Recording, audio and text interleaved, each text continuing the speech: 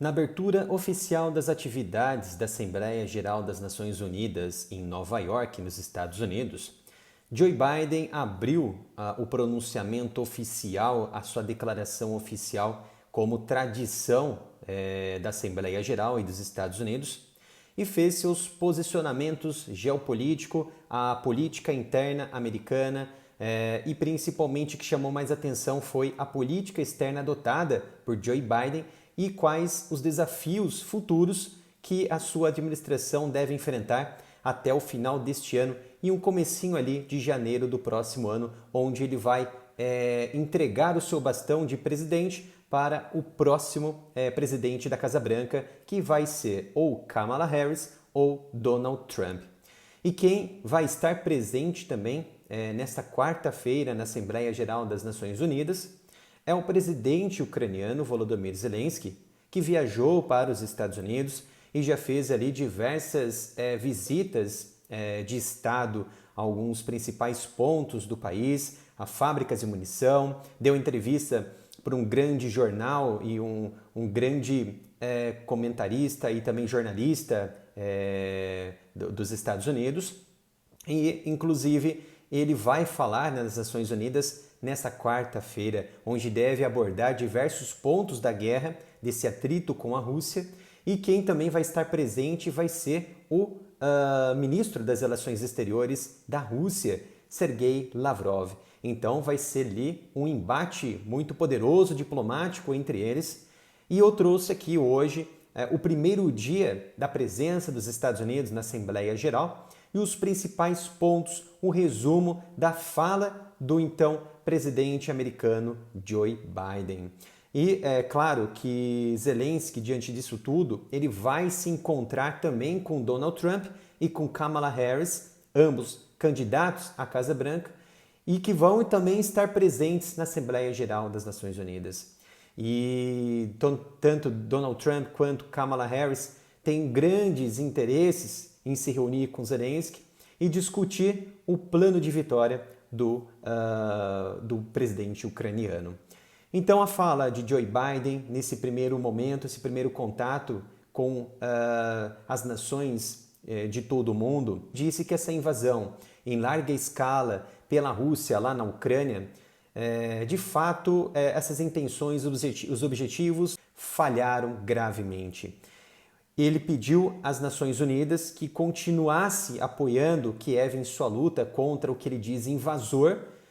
até obter a sua vitória plena dentro do seu próprio território. Que segundo Joe Biden, ele disse que a guerra de Putin falhou em seu objetivo principal e ele se propôs a destruir de fato a Ucrânia, mas a Ucrânia ainda é livre. Ele destacou que todo um aparato de resistência da Ucrânia está em pleno funcionamento e se Putin não alcançou a vitória, certamente foi por conta dessa resiliência viva dos ucranianos. E Zelensky, ele já vem tratando sobre essa questão da guerra com os Estados Unidos para afrouxar algumas decisões interessantes, como a liberação de armas de longo alcance para atacar o interior da Rússia. Mas não é tão fácil assim. Por isso que Zelensky ele construiu um plano de vitória, ou que seria também conhecido como lobby, para tentar influenciar a decisão de Joe Biden, forçar o presidente americano e também as suas lideranças, seus assessores, a afrouxar essa medida e liberar de vez esses equipamentos para a Ucrânia atacar o interior da própria Rússia, que assola o território da Ucrânia. E o assessor direto, o chefe de gabinete de Zelensky, vazou algumas informações dizendo que parte desse plano de vitória ela está relacionada em dois fatores principais, como entrar para a OTAN e solicitar e conseguir permissão para atacar o interior da Rússia com as armas americanas, com as armas dos Estados Unidos. Então, esses foram dois principais elementos que Andriy Yermak ele vazou para a mídia americana nos últimos dias com a presença desse alto escalão ucraniano nos Estados Unidos. E Zelensky também disse que dezenas e milhares de vidas vão ser perdidas a partir desse momento em que o Joe Biden não permitir afrouxar essas restrições. Isso, sem dúvida, é mais uma narrativa de Zelensky que joga o seu problema, joga esse problema, essa bomba no colo de Joe Biden, que vai ficar ali ainda mais acuado, vai sofrer diversas pressões de todos os lados para tentar afrouxar essa restrição. E se isso de fato ser consumado e ele permitir que as armas sejam utilizadas contra a própria Rússia, o que Zelensky pode fazer com isso? Atacar Moscou? Não sabemos. Atacar um ponto estratégico em uma cidade importante da Rússia? Pode ser que sim. Ou alguns depósitos de munições mais distantes da fronteira da Ucrânia e que são utilizados como postos de abastecimento do exército russo? Pode ser também. É um risco que os Estados Unidos podem tomar, porque poderia virar essa mesa e Putin atacar de forma não convencional, ou seja, nuclearmente a Ucrânia, ou até mesmo escalar para dentro da Europa e assim atingir a OTAN. É algo a ser pensado, bem trabalhado e que a Ucrânia, Zelensky, vem fazendo esse lobby para afrouxar essas restrições. E sobre a guerra lá em Gaza, a guerra lá no Oriente Médio, Joe Biden também colocou esses pontos de discussão em sua abertura na Assembleia Geral das Nações Unidas. E como ele vem fazendo há meses sobre esse tema, ele enfatizou a necessidade, sem dúvida, de Israel e o Hamas assinarem integralmente, como se fosse um acordo, um armistício entre as partes,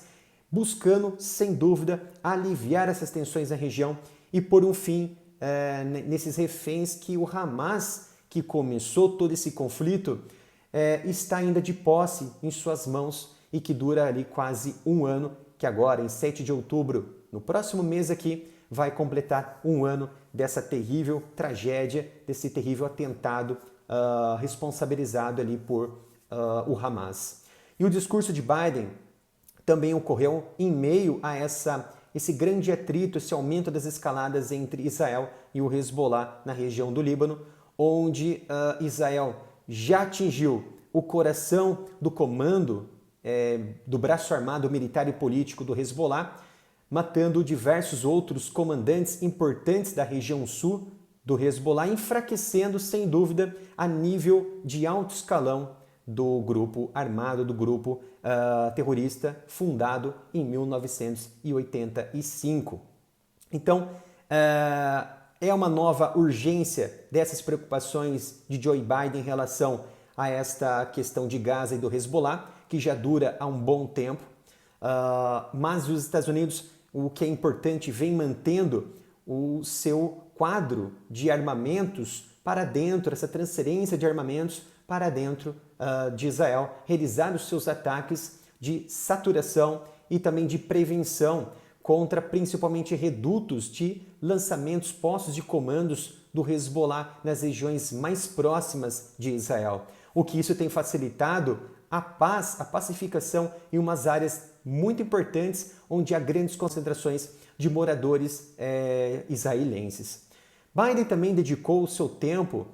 nessa discussão na ONU em relação à inteligência artificial que muitos estão utilizando, principalmente os democratas, para tentar impor limites, restrições nas falas e também no uso das redes sociais, como se fossem o quê? Censuradores, de forma a discutir um plano para tentar trazer na mesa de debate legislativa,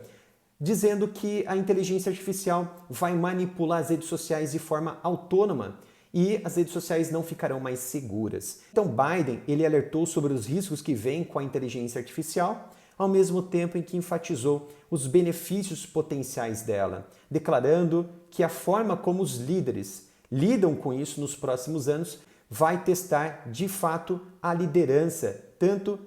global, principalmente também a liderança dos Estados Unidos. E Biden abordou a questão da retirada também do Afeganistão, que foi um dos piores momentos da sua administração, onde 13 soldados americanos foram mortos num ataque no aeroporto de Cabul, no momento da retirada das tropas. É claro que passaram mais de um ano, mais de 2 anos, desde que esse momento aconteceu, só que de fato é interessante tratarmos aqui como esse assunto porque ele está em uma campanha junto com Harris para tomar novamente o posse da Casa Branca. E os republicanos vêm batendo nessa tecla porque foi, sem dúvida, uma das maiores falhas da administração de Joe Biden e dos Estados Unidos, que abandonaram o Afeganistão, que foi tomado pelo Talibã. E agora que pode acontecer nos próximos anos ou nos próximos meses e no Iraque, segundo o que o próprio Joe Biden anunciou recentemente, que já está planejando, a partir de um conjunto de soluções com o governo iraquiano, em tirar totalmente as tropas americanas do Iraque, sendo que o ISIS já vem conquistando algumas áreas nas periferias principais, das cidades principais do Iraque, e isso liga um alerta do que pode acontecer de fato com o Iraque, o que aconteceu no Afeganistão. E Joe Biden tratou esse tema da retirada das tropas no Afeganistão como o seu maior troféu, dizendo que diversos outros presidentes tentaram retirar as tropas, tentaram mexer nesse tema, mas não conseguiram. Foi ele que, de fato, colocou a mão na massa e teve uma decisão difícil, mas uma decisão certa, segundo Joe Biden, e assim retirou as tropas do Afeganistão, mas Cabul caiu para as mãos dos terroristas. Então esse foi um resumo geral das falas de Joe Biden em seu primeiro contato com a Assembleia Geral das Nações Unidas e também com os chefes de estados, que provavelmente devem ali ocorrer diversas outras reuniões, interlocução com o Joe Biden, chefes de estados, de forma bilateral, para tratar sobre temas importantes também para os Estados Unidos e para essas nações que vão conversar mais profundamente, principalmente Zelensky, com Joe Biden. Espero que tenham gostado dessa análise. Não deixe de se inscrever no canal, ativar as notificações, curtir e compartilhar o vídeo para não perder nenhum conteúdo. Obrigado pela sua presença e nos vemos no próximo vídeo aqui no canal.